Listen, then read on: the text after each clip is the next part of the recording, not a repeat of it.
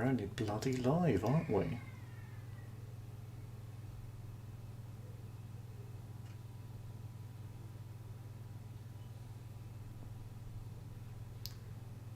Now, to see if anybody is here.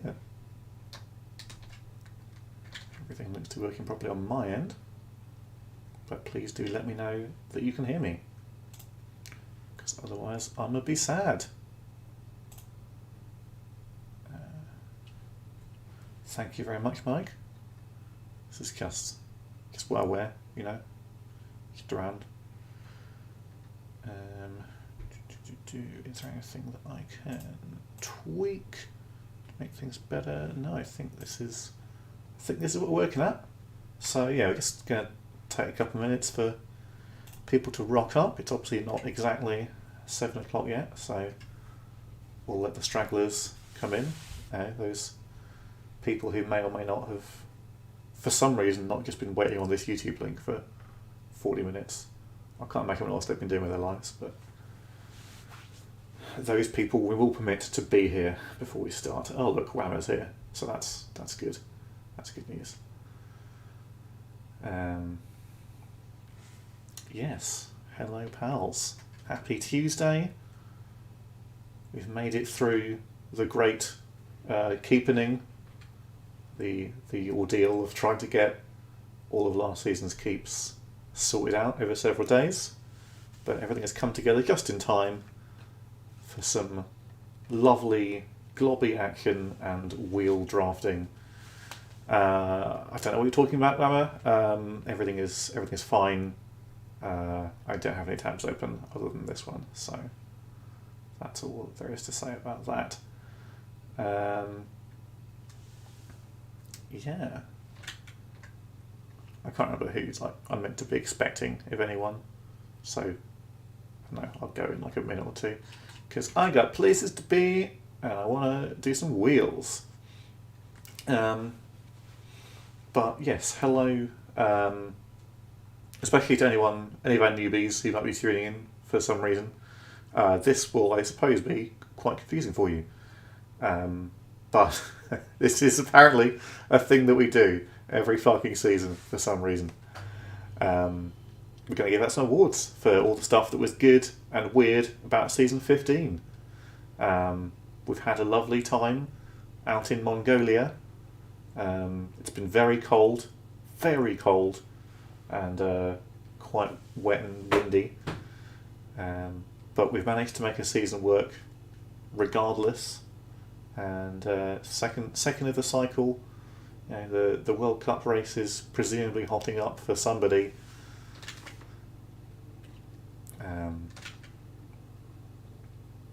Yeah, we'll get going. Which means I have to get into the actual tab, which is unfortunate. Ta-da! Right, season 15 awards. Some of you have voted. Some of you haven't, but that's fine. Enough of you voted that we were able to do this thing. Let's kick off with, as always, a selection of images that have a tangential relation to the Golfshire League. Some of these images are still used by clubs in the league, and some of them have crosses over them. And that is all I have to say about that. But congratulations, of course, go to Dave and the Brigstock Bigcocks for... well, I don't think people would have seen the BBC win coming for quite a long time into this season.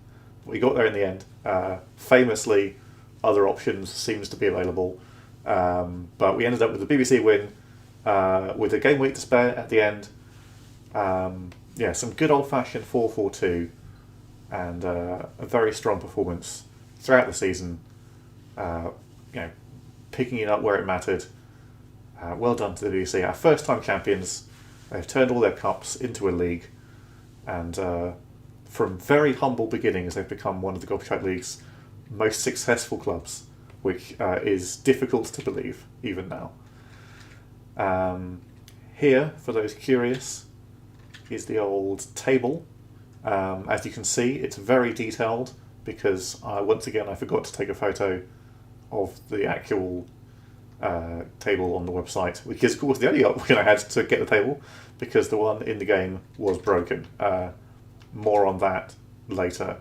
But here is a list of people in the order in which they finished, and also Halfman were 15th. Sadly, Todd needs to take a break for at least the next season, so doesn't appear on this very professional looking list. But there you go. Mike bringing up the rear with a very excellent, I thought, gimmick team of people who haven't been drafted before, mostly olds. Tiki Taka Toa were, I don't want to use the word competitive, but they got some points, and they got some points that they shouldn't have done. So that was good to see. Surreal Alliance, our other gimmick team, finished not 19th somehow. Hadley outsourcing all of his picks to other DOFs, and we somehow Frankenstein's together a monster that didn't finish in the bottom two. Hello, Reese. Welcome to the stream. You haven't missed much. We're still setting up. Gojar second. A great run for the Pigs. With maybe a couple fewer injuries, it could have finally been their season. Peel, another very strong season. Good start from one of our most recent new players. Whammer in fourth. This Pythons team continues to be boringly quite good. Manchester United in a very creditable fifth, so that's good for them. Let's go through. Hello, Dave. Welcome on board. The first award of the season is, of course, the Team of the Season. And as is tradition, the team won the league has won the award. The Brixton Bigcocks, with a healthy percentage, deservedly taking home the obvious gong for winning the league. But an honourable mention certainly to Much and More for finishing third and doing quite well. Several nominations there for Team of the Season. Manchester United, perhaps the team that defined the season the most, and at times looked like they were going to be the team of the entire history books. Such was their incredible lead. That at some point just kind of, I'm not sure what happened to that. Maybe we'll hear more about it later. But well done to the BBC for Team of the Season. And our next award is, as soon as it loads on my screen, DOF of the Season. Also, perhaps no surprise that Dave takes home this one as well. Yes, well, absolutely right. Manchester, just the most team of the season. I think we can agree. Dave, for plugging away and drafting some excellent players and a manager who actually will play them in the right positions. Dave takes home the gong here. A couple of votes for Adam for Los Hijos for no perceptible reason I can see, because Los Hijos were shit, and there's nothing more to say about that as far as I'm aware. But shout out as well to Peel, Jogar, Stefan, and Jack for getting a vote in this position. Well done. Let's move on to some proper awards. Manager of the season.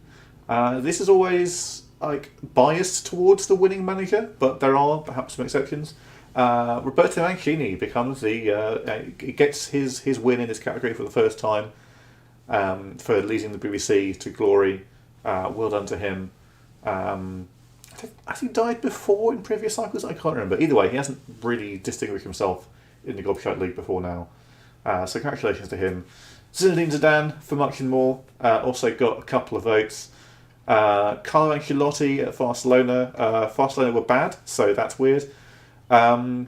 Marcelo Gallardo actually died, so that is... I don't think I need to spoil who voted for Gallardo, but it was Vince, and I think that explains that. Also a vote for Petey Zides, which is a travesty because that man is a fraud. A meagre 7th place with Weasels, a squad that was well equipped to do significantly better, failed to get the best out of the emissary, played a whole bunch of idiots in the wrong positions. Fuming. Shouldn't be anywhere near this list. hate this with every fibre of my being. So that's good for them. But Roberto Mancini, manager of the season. Player of the season was not a close run thing. I think maybe there was no real theatrics in the race here. Nobody dominated this season, but I think the broad agreement seemed to be that Erling Haaland is very, very good at scoring goals. And he certainly scored a lot of them, and there's definitely an argument to be had that if he had been just slightly less injured earlier on in the season, that the Pigs would have had enough to take it home. I think, the Haaland-Odegaard partnership in the top for the Pigs was really quite something.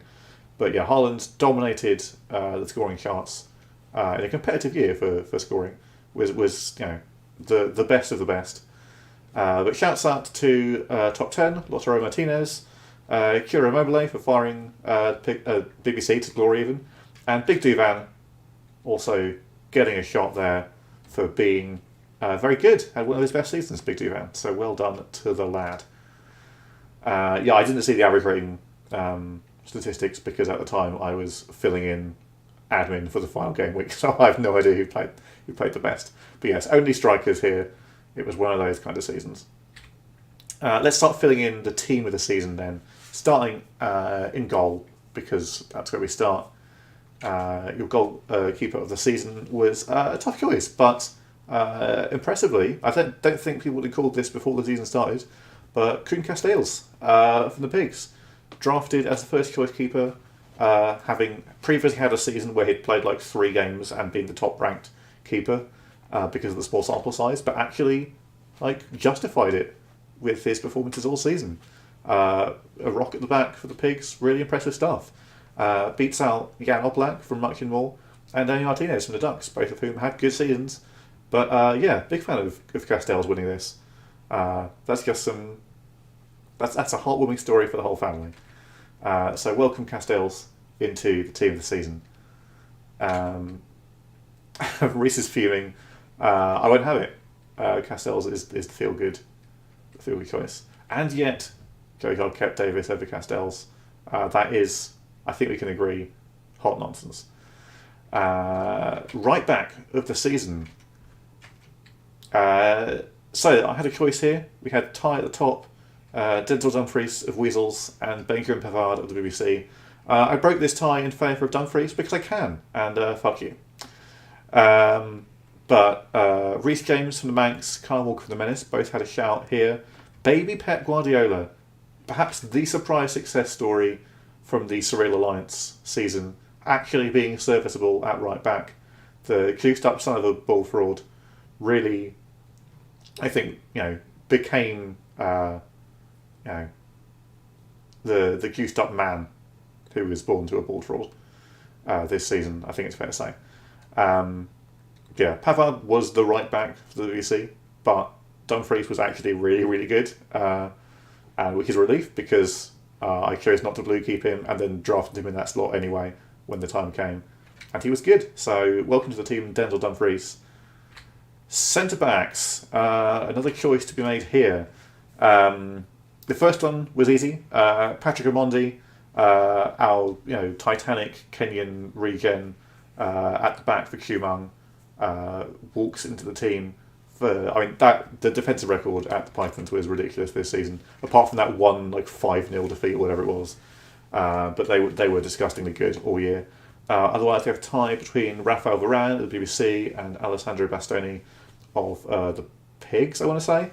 I broke this for Varane because I didn't know, and Varane was on the title winning team. So there you go. This is not the most scientific of ways to do it, but I've done it and now it's done. Votes 2 for Manuel Akanji because Calvin voted in this. Dayatu for Meccano, who played for somebody, I want to say Peel, maybe Peel. Gabriel Paulista, who definitely didn't deserve to get in. And Kurt Zuma, which is a choice that somebody was able to make. So yes, Varane and Omondi going into our centre-back slots here. Let's fill out our defence now with a look at the left-back of the season. He was kept over Castells. Alphonso Davis does at least also get into the team of the season for the Pigs. pretty. I mean, there are only a couple options really in the eyes of the voters here, but David's a big part of a very good season for his team, and makes it in. Robin Gosens was very good for the BBC. Some would say it may be even more impressive given that he's historically been very, very shit in the Gobshite League. And yeah, sort of redeemed himself a little bit there. Thomas Lamar and Marcus Acuna all were options on this poll and were selected by people. So that has happened. But Alphonso Davies, welcome to the team of the season, the second Pigs representative in our list. Central midfield. This was a little bit all over the place. Martin Odegaard, I think, can feel very hard done by. He was very, very good for the Pigs, linking up with Haaland really effectively, but does not make the team. Mateo Kovacic, usually pretty good for 5 or 6 a season, but not quite good enough for the team of the season. Thomas Sukek, who I suspect has made this team because of being a BBC player, and that's impressive enough.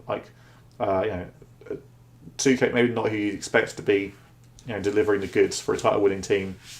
Respect to the man for getting up here. Hackers, lest we forget, when Manchester were good, Manchester were very, very, very good, and Hackers was a big part of that.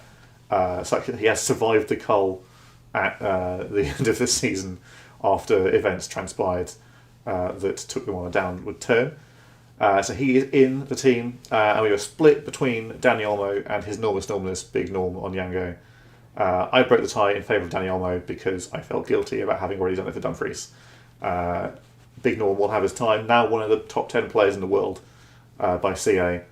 But yeah, Olmo was a major part of a good Python season. I mean, the Pigs finished secondary, so calm down, they were good. I don't know what you want. Let's go to the wing. So on the left, this is not a close run thing. Neymar was the marquee player for BBC and absolutely dominated the voting here. Kingsley Coman got a couple of votes for, he got around the place, he got into all sorts of positions, crucially at the times not left wing. But yeah, fair enough. Gets a little bit of representation here in the voting. Maxi Rodriguez from Tiki Taka Toa got a vote. Fair play. When Tiki Taka Toa were good, which wasn't often, Maxi Rodriguez was part of that. So fair play for pushing through all the arthritis to deliver something that was kind of all right. But Neymar, in the absence perhaps of other really obvious candidates, has smashed it. On the right, Lionel Messi. I mean, what more could be said? An obvious, excellent player with real Goalkeeper pedigree, you'd have to say. I think we'd all agree on that. Was threatening to be a key part of the greatest Goalkeeper team of all time for quite a long stretch of this season. An inspirational figure for Manchester United, who I guess couldn't quite bring it all back when everything fell apart. Jeffrey Ware got a vote, which is a travesty because he wasn't that good. No assists, I think, for Jeffrey Ware, as far as I'm aware, as it were. But Mo Salah also got a couple of votes for the Manx for continuing to be Mohamed Salah. Always quite good, but I mean, when Messi was great, he was great, and he was great quite a lot, which I think you can agree is a sentence that I'm allowed to say. Let's fill out our team with the strikers. Not a lot of surprises here. Apart from the fact that I've misspelled Erling Haaland, that's desperately disappointing, and I will be off to seek the blade after this. But nevertheless, a striker called Haaland has won this poll. Ciro Immobile slots in alongside him. Both excellent. I mean, there's loads. You're not short of good votes here for striker of the season, except for the fact that Hulk got a vote and Gabigol got a vote and Karim Benzema got a vote. and top 10 got a vote. They were good, especially like when top 10 was good, and the other three were good by their standards, which was to say quite good. But yeah, Big Divan got some votes because it makes sense. But yeah, the two here very much deserve their place in the team sheet, and that's reflected by the voting. Second or third, it's happening. I've had a season off, and I'm gonna be back, and I'm comfortable with that. So there you have your full team of the season. We have 3 pigs, 3 BBC representatives, 2 from Maychester, 2 from the Pythons, and 1 from Weasels. Quite a concentrated team of the season, but hey, there were some really good teams this year, and also Maychester were here, so that's good. So congratulations to all involved. Banter awards now, that's what we all come for. Banter Goalkeeper. This is, I've got to be honest with you, really disappointing. Nobody could agree on a good Banter Goalkeeper. Cavas is there, Rupi, Igor Akinfeyev, A. Martinez, Joe Gomes, Thomas Kaczynski, Joe Hart. Look, you all can't agree, and nobody in the voting process was able to make the case for me for anyone being particularly noteworthy in this category. So I am simply not awarding this category. I find this unacceptable. I'm just going to move myself to make things a little easier for you to read. You have all failed to be sufficiently banterous in the art of goalkeeping, and may God have mercy upon your soul. No award. Try harder.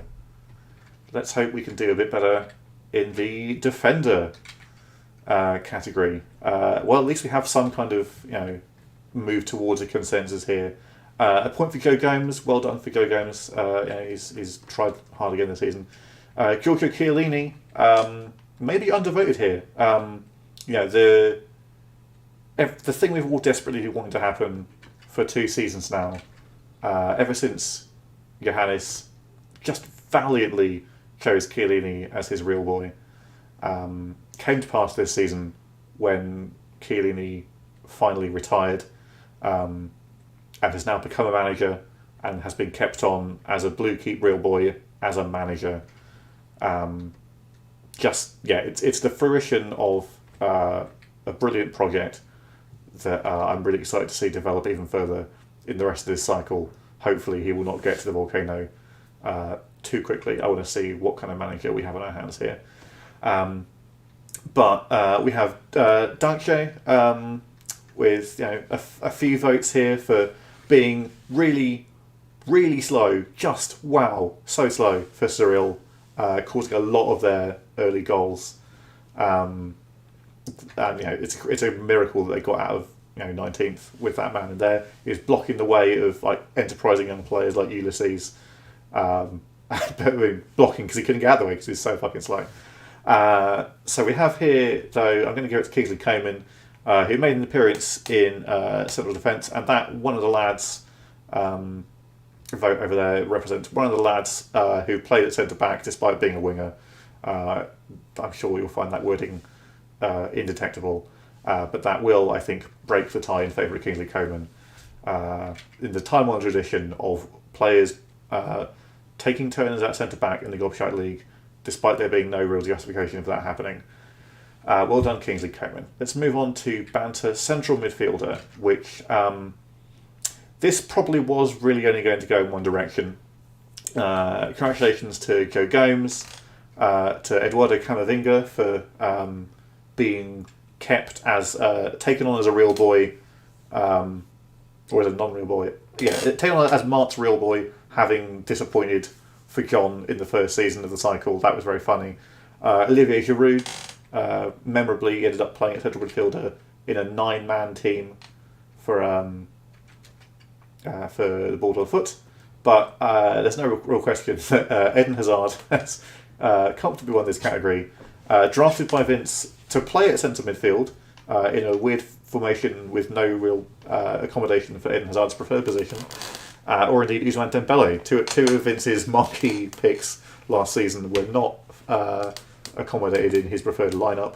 But we did, in fact, end up getting Eden Hazard to play some games at centre midfield. So fair play to the lad. I'm now just getting to the Dante pun from Lemma, and that's all I have to say about that. Hazard, Banter to midfielder. Let's move forward a little bit to, look. Joe Gomes, must be said, has really excelled himself this season and scored multiple nominations for Banter attacking midfielder. But the misadventures of Pierre-Emile Højbjerg this season were something to behold. Is a defensive central midfielder known primarily for work rate and stamina. Inexplicably fielded as a winger on many opportunities by a manager who is not supposed to play wingers and didn't have any wingers and had lots of central midfielders to make his fucking diamond work like he was supposed to. But no, instead of getting more game time for the emissary or Marçal, or putting players in the middle of the park, Pierre-Emile Højbjerg was joined on the wing by the likes of Abdul Boateng, by Lorenzo Pellegrini. 11 crossing, is it? 12 crossing? Something shit. Infuriating me, torpedoing what could have been an unbelievable season for that excellent Weasels team. Just not acceptable. So take your Banter award and fuck off to the bin. Don't come back. Not your fault, but I don't care. Go away. Banter striker. Radamel Falcao for Tiki Takatoa was intermittently alright. Played, I think, every game for TTT in his debut Goalkeeper appearance. Joe Gomes is here. Hulk, continuing like a weird resurgence for Hulk of actually being quite good in like consecutive Goalkeeper seasons. It's a bit weird. The emissary, Benjamin Sheshko, scored goals this season. Honest to God goals for the real boy. And now may or may not end up leading the line for Weasels next season. I still haven't decided. But our winner in Banter striker is Damson, Danton Awino. Not really meant to be a striker. He can play there. He's a winger. But Manchester drafted approximately 15 left wingers and no strikers. So somebody had to go up front. And it was the 9 finishing Damson who, had some good games, did some good stuff, but I think had the season up front that you would expect from a 9 finishing striker, and is a worthy winner of the Banter Striker Award. Let's carry on. Oh, have I gone too far? Very possibly. Having to check. No, we're good. Banter Manager. Look, this was a season of firsts for parts of the Goalkeeper League. And we have never ever seen before a manager simply go away. The Goalkeeper League is built in the editor to be the most the most prestigious league in the world. It is the most prestigious competition of any kind in the world. Nobody should be willing to leave. You are only taking a step down in your career by leaving the Goalkeeper League. But Ronaldo, the original Brazilian Ronaldo, in charge of Tiki Takatoa, just decided, you know what? Not for me. Don't fancy it. He's not dead. He's just gone. And we respect that choice. And Marcelo Bielsa was inspired by that and then also left before the end of the season to go to Chelsea. Chelsea shorn of all their good players because of the nature of our league. Just heroic stuff. I'm so impressed. It takes real swagger of a genuine legend of the game. So well played to Ronaldo for just leaving. Got a lot of time for it. Banter Manager, no question. Banter Team. There were some real choices for this one. Joe Gomes got a vote. Well played, Joe Gomes. Millwall received a vote because, they are Millwall and they did attempt to play out a season with one of the weirdest formations that is available with current managers. That sort of like 5-4-1 diamond shite. that perhaps unsurprisingly got Diego Simeone killed, and then when that happened, Mart simply picked the next best manager who played the same piece of shit formation for which I love Mart. I'm glad to see them very on this list.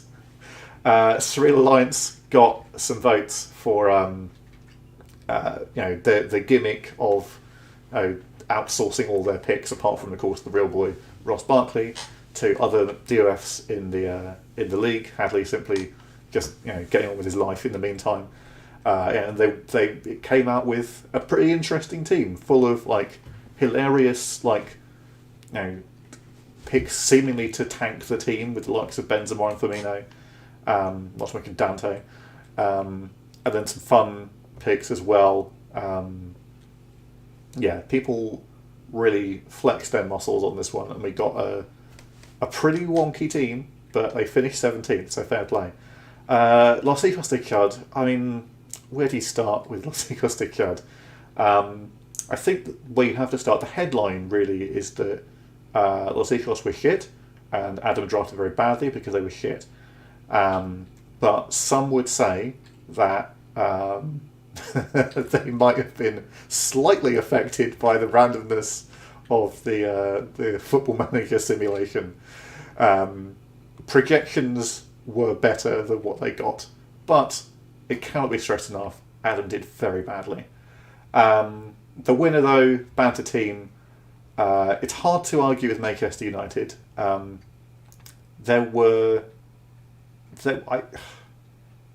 Maybe even around game week 13 or 14, we were all kind of agreeing this is over.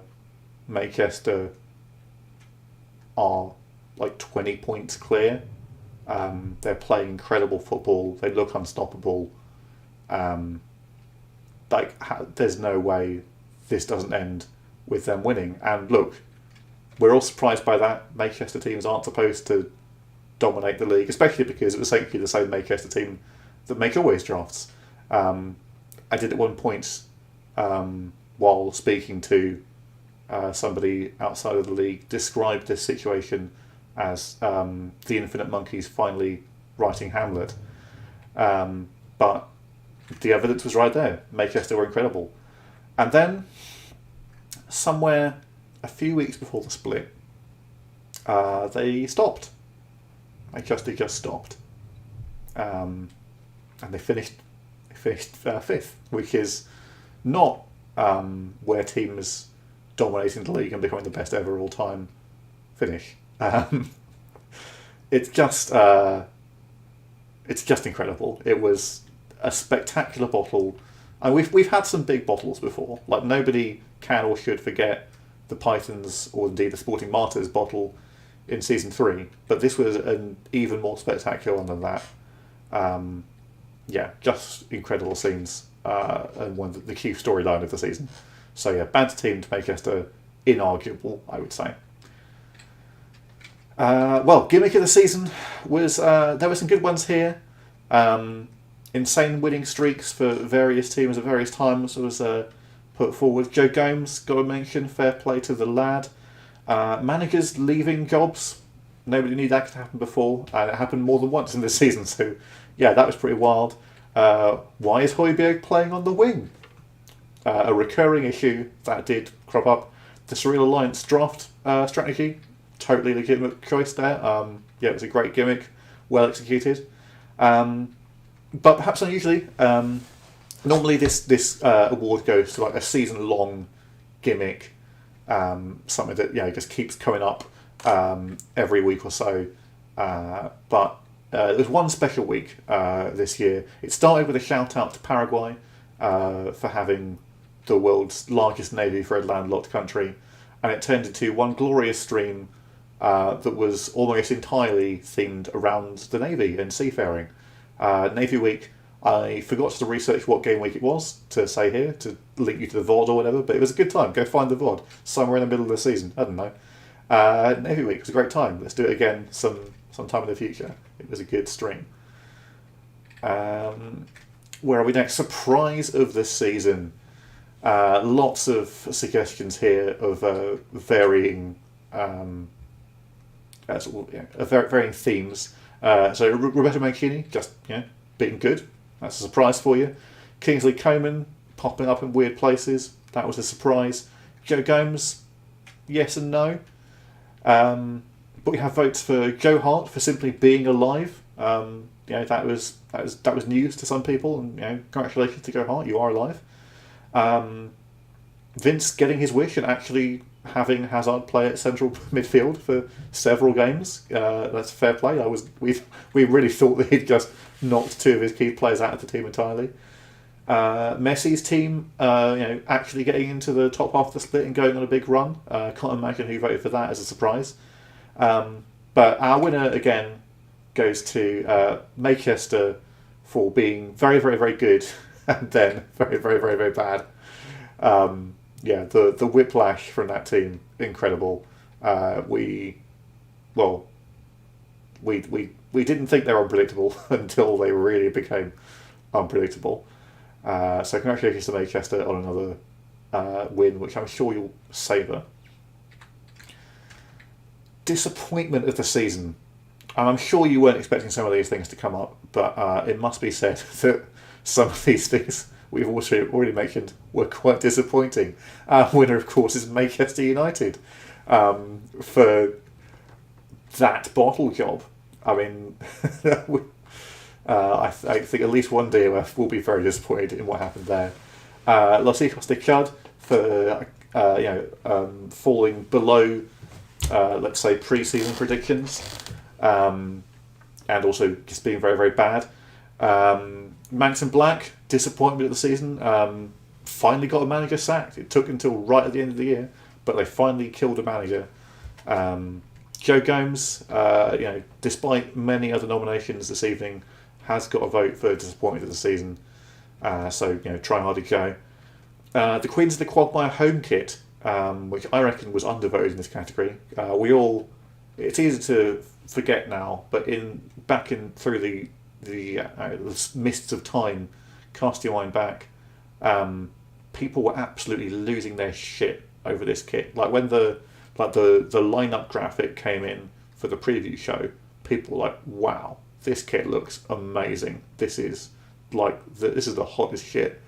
And then it was loaded into the game, and it wasn't very good. Is the thing.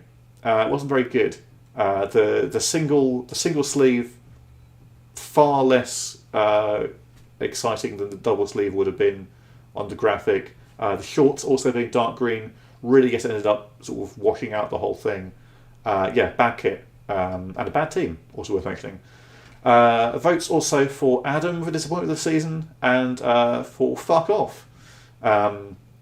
Impossible to say where that might have come from. But we move on. Manchester United, disappointment of the season. Congratulations, I guess. Have I clicked too far? Maybe. Who can say? Rivalry of the season. There's some interesting options here. You also notice a certain theme evolving. One vote for the BBC versus Much and More. They were oftentimes part of the top two, and no, I can't set them up. It doesn't make any sense. They were just two good teams, but fair play. George versus Pierre-Emile Højbjerg. I mean, look, nothing else needs to be said there. The man is banished, and I don't care if it's not his fault. But we have a few different Manchester-themed options here. Navy Week, Game Week 18. Thank you, Rama. That's very important. I appreciate it. So we have. I'm going to have to tab back into my other secret document here to check the exact wording of what we've got. Manchester versus the world. Manchester United versus Manchester United. And Make versus the players he drafted.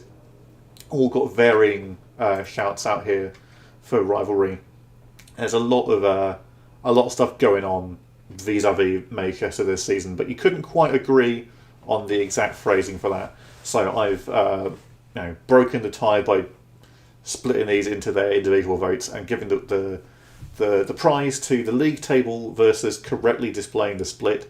We've used the split for quite a few seasons now as a way to sort of shorten the season and add a bit of excitement into the middle of it, and it's always worked. Or at least in game. Like we took a bit of tweaking getting the website right, But for the first time this season, the Goalkeeper League website was more accurate than Football Manager 2022. We hit the split and the game did not know what to do with it. We had top half teams in the bottom half teams in the top half, some in the right place, some not. The points totals all over the place. So the only place to go for reliable information was make his excellent website. So congratulations to the league table. Please get your shit together for season 16. That concludes all of our individual awards. We have a few special mentions to give out here. A shout out to Top 10 and his proclivity of being the first goal scorer. That was threatening to be a convincing gimmick of the season before it stopped, but for the first few weeks, certainly. If there was a game featuring Barcelona and it had a goal in it, you're damn right it was going to be top 10 who scored that first goal. We have one commenter says that Messi outdid himself this season, much like probably the peak of his time in the Goalkeeper League for now and forever. It's such a shame that this is all done anonymously because I'm just unable to piece that one together. But a shout out again to the Exploding Split. It's just won Rivalry this season. Shout out to Todd, who's been a consistent DOF for many, many seasons now, and is off to take a quick break while life does life things at him. But yeah, thanks Todd, you rule, and we'll hopefully see you again at some point soon. And finally, a word to the Queens for failing to beat Tiki Taka Toa at the end of the season, which forced them into the Do It Better slot. An inauspicious first season for the Queens of the Quagmire. Such that I'm hearing rumours that they might be facing an imminent rebranding.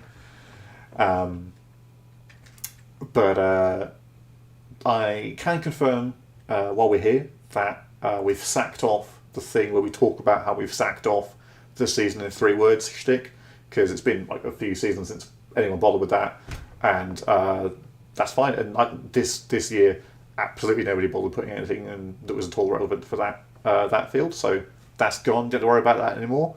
RSVP to that section, which means that all I'm left to do is to